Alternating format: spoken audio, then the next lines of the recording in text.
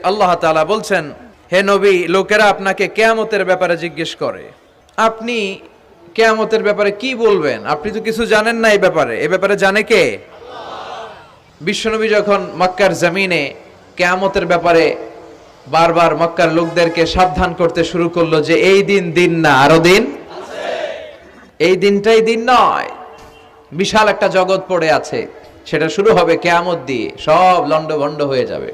তখন লোকেরা বিশ্বনবীর জিজ্ঞেস করতে শুরু করলো, মুহাম্মদ সাল্লাল্লাহু, এই যে তুমি কিয়ামতের কথা বলো, এটা কবে হবে?